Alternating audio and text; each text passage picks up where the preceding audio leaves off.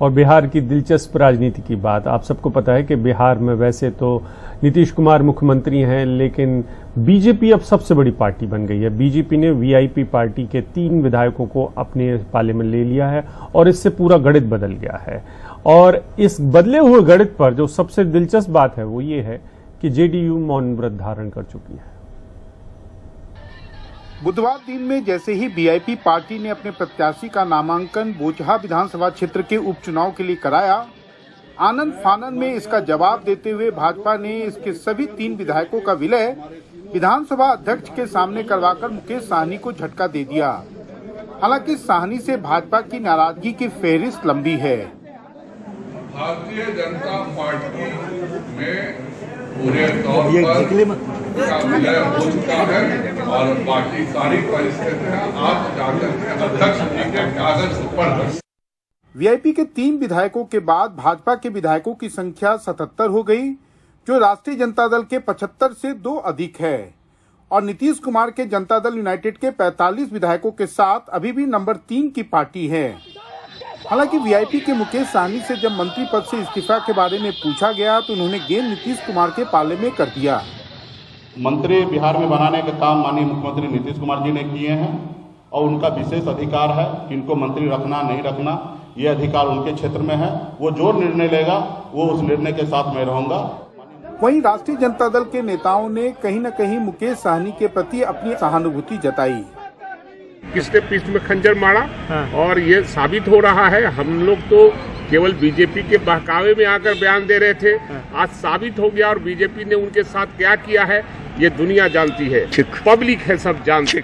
VIP के 3 विधायकों को अपने पार्टी में विलय कराकर बीजेपी ने विधायक तोड़कर अपनी संख्या बढ़ाने के अभियान का श्री गणेश तो किया ही है, साथ ही साथ नीतीश कुमार को भी संदेश दे दिया है कि न केवल संख्या बल के आधार पर बल्कि अब हर मामले में वो बिहार एनडीए का बॉस है।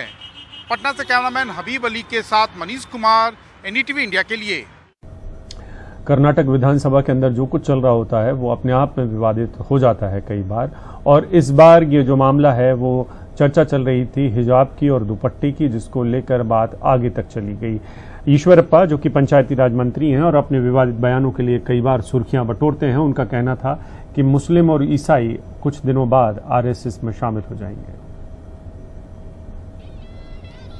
चर्चा हिजाब और दुपट्टे से शुरू हुई, लेकिन बीच में रास्ता भटक गई।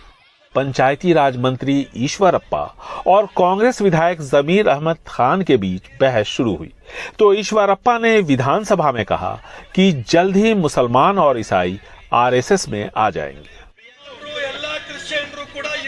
आज या कल ईसाई और मुसलमान आरएसएस का हिस्सा बन जाएंगे, इसमें मुझे कोई संदेह नहीं है।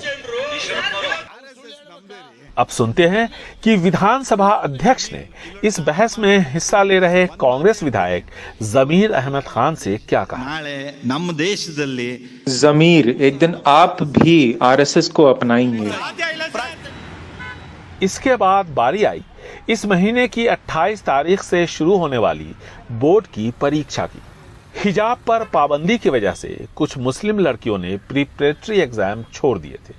ऐसे में मुस्लिम नेताओं का एक दल विपक्ष के नेता सिद्धरमैया से मिला और यूनिफॉर्म के दुपट्टे से सर छुपाने की छूट लड़कियों को देने की मांग की। सिद्धरमैया ने सरकार से इस पर पुनर्विचार की गुहार लगाई, लेकिन शिक्षा मंत्री ने दोबारा या अलग से हिजाब की पक्षधर लड़कियों के लिए इम्तिहान करवाने से इनकार कर दिया।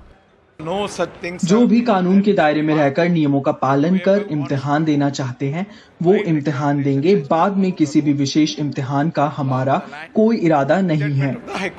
इस महीने के आखिर में बोर्ड की परीक्षा शुरू होने जा रही है। ऐसे में बीच का रास्ता निकालने की कोशिश हो रही है, लेकिन ये मामला सरकार के लिए प्रतिष्ठा का प्रश्न बन चुका है। सांप्रदायिक ध्रुवीकरण भी हो रहा है। ऐसे में कोई भी पीछे हटने को तैयार नहीं है। बेंगलुरु से कैमरामैन कुमार के साथ निहाल खिदवई, एनडीटीवी इंडिया।